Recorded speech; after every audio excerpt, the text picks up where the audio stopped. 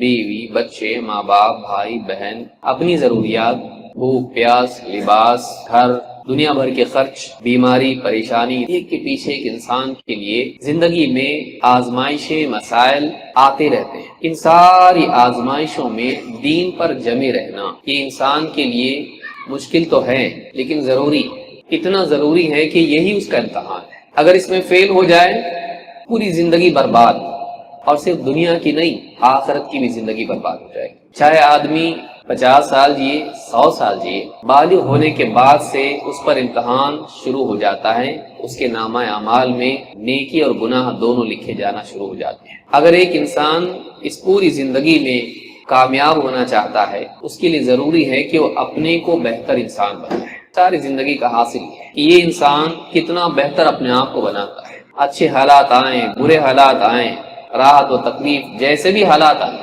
ان حالات میں تو نے اپنے آپ کو کیا بنایا، تو نے اپنے باہر کیا بنایا یہ نہیں، تو نے اپنے آپ کو کیسا بنایا، کیونکہ یہ چیزیں اللہ کے سامنے پیش ہونے والی نہیں ہیں۔